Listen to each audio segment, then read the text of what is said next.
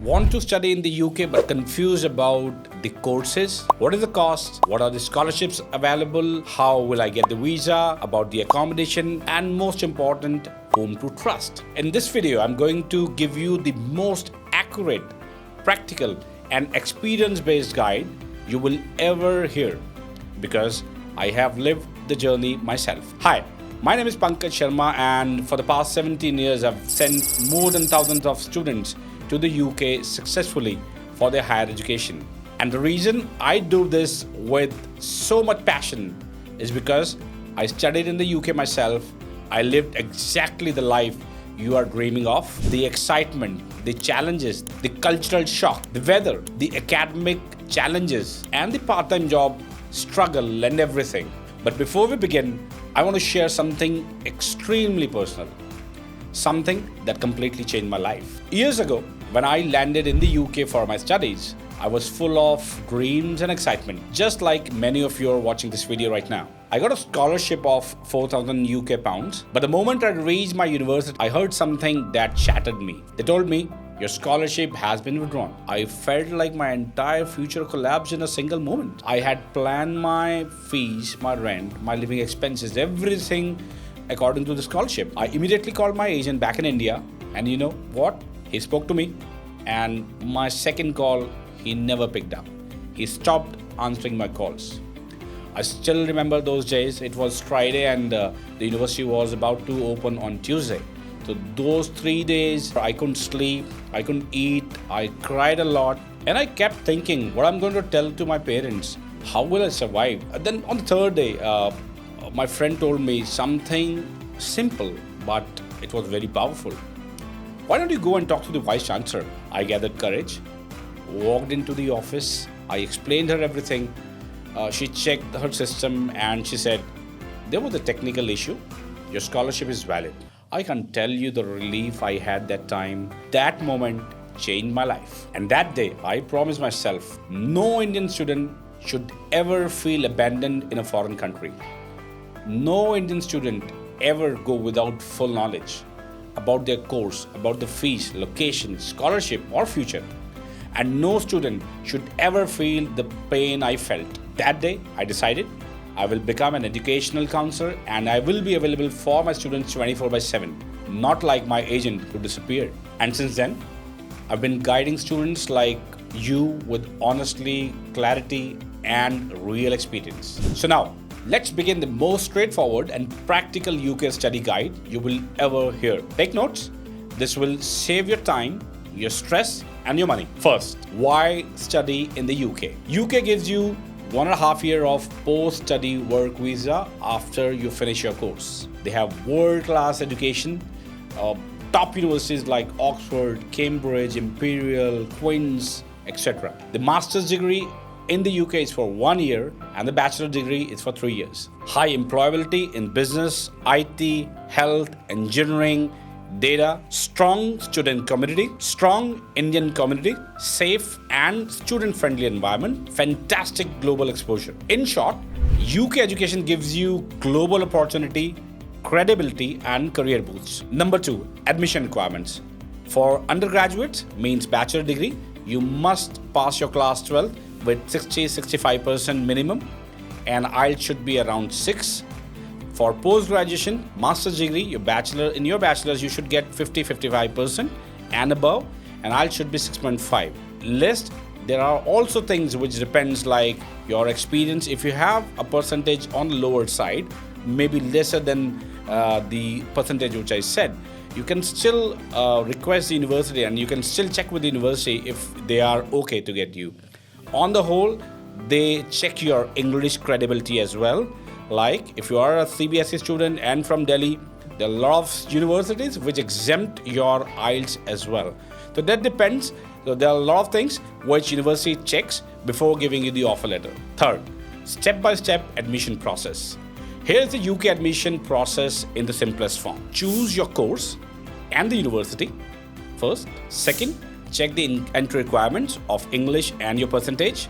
Third, Prepare your SOP, that's statement of purpose, a letter which you give to the university about yourself, and LOR, that's called letter of recommendation. Generally is given by your school or college, and if you are working, then a couple of LORs can be given by your employer as well. Then you need to apply. Once you apply, you get a conditional or an unconditional offer letter. You need to pay the deposit. There is a minimum deposit which you need to pay. Once you pay, you get CAS letter, CAS, that's called Certificate of Acceptance of Study. This is an important letter which you get from the university, and once you get it, you need to apply for your visa. Trust me, it's simple, but if guided properly. Fourth point, cost breakdown.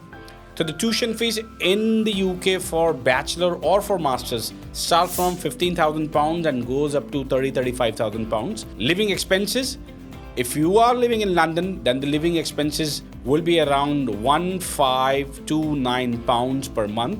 Or if you're living outside the London, it will be £1,136 per month. So the budget estimates for in a year, it hovers around 18 lakhs to 35 lakhs. Depend what kind of university we have or what kind of city we are living in. Fifth point, let me share a few affordable universities like University of Hertfordshire, Queen's University Belfast, Greenwich University, which is right in the center of London, Ulster University, Coventry University, which is 1.5 hours away from London and near to Birmingham, University of West London, this is in London. So these are a few budget-friendly, reputed and Indian student-friendly universities which I have just suggested. Apart from this, there are lots of and hundreds of universities available. Point number 6, scholarship for Indian students. There are a lot of scholarships like government-funded scholarships, university-specific scholarships, and third-party scholarships like Chevening, like Commonwealth, like university merit scholarships, and most of the students get around 2,000 to 5,000 automatically based upon their academics. Point number 7, UK student visa process. So the most important part, the part 1 here is your funds. So you need to show 28 days old bank statement which proves that you have enough amount of money available with you so that you can sustain your life there. Like you're going in London, so you have 1 year of living expenses available with you to show that you can survive yourself in the UK. Point number 2, TB test. You need to get a medical TB test done by authorized doctor by UK High Commission. Number 3, CAS, that's CAS, Certificate of Acceptance of Studies. This document you get once you pay the initial deposit. 4th, visa fees and IHS. You need to pay the visa fees online, and IHS means insurance. This part also get covered once you fill the online visa forms by going into the UK VI website. 5th, biometrics. Once you go to apply your visa, you need to go and do your biometric test done, and then you get your visa in generally 4 to 6 weeks. The important point here is you don't need to take out the funds or touch the funds before you get your visa. Point number 8, which is very interesting for us, for Indian students, that's part-time jobs in the UK. So generally, students are allowed to work 20 hours a week when they are going to the university, and once they have a break, they have holidays, they can work full-time. And generally, the earnings are around 10 to 14 pounds per hour, but that depends. So popular jobs like retails, you can work in coffee shops, you can work in warehouse, you can do on-campus jobs. There are a lot of jobs, and you need to start applying these jobs the moment you get your visa. So don't wait for anything. Just apply for jobs once you get your visa. Point number 9, which is extremely important, common mistakes to avoid. First, choosing university only based on low fees. You need to check for that. Some people look for rankings only. So you need to avoid this mistake. You need to look at the overall thing. You need to check the location, the part-time jobs available, the kind of jobs student gets once they finish this course. Of course, you need to check the fees and the rankings if you want to check. Second point, student, they don't check the modules. So let's say if you have applied for a business management course, just look for the modules which you are going to study in the course. Majority of the students, they don't study the modules.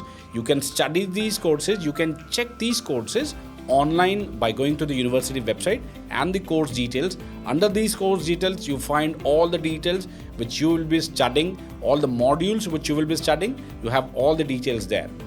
Number 3, weak SOP. The SOP must be very strong so that the university gives you admission and you also get your visa eventually. 4th, falling for fake agents. So be aware, there are a lot of fake agents in the market, so you need to be aware about that.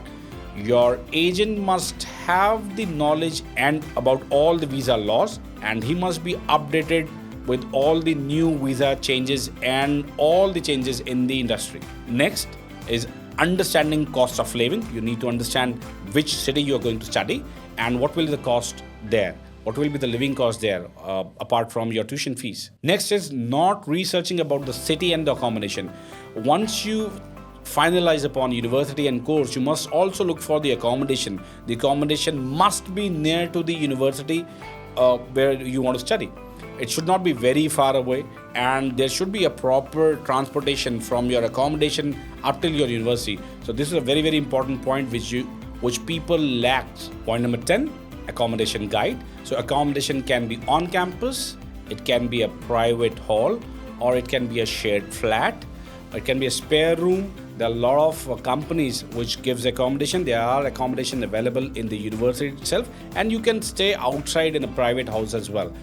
Generally, the budget for the accommodation hovers around £400 per month, and it can go up to £1,500 per month depending the location, the house, what category of room you want to live in. So these are the entire things which you need to check before applying for an accommodation. So it is always suggested to book a temporary stay. If you are living in a university accommodation, that's fine. But if you are living somewhere else apart from university accommodation, so apply for a short stay. So there are a lot of time what happens that you see something on the internet, and once you reach there, you find something very different. So in order to avoid that, just try and book a temporary stay, maybe for a week or for 10 days or maximum for a month. So this is very strongly suggested. So if UK is your dream destination, start preparing right away with the proper planning, proper guidance and complete knowledge. I've lived this journey and I've guided more than thousands of students safely through it. Trust me, with the right guidance, the UK can change your life. If you want a free UK checklist, sample SOP, university list or a personal guidance, just comment UK guide below. And don't forget to like this video, share it with your friends and subscribe for more honest and experience-based guidance. So this is Pankaj Sharma, your UK education mentor signing off. See you in the next video, and I will be always available for you 24/7.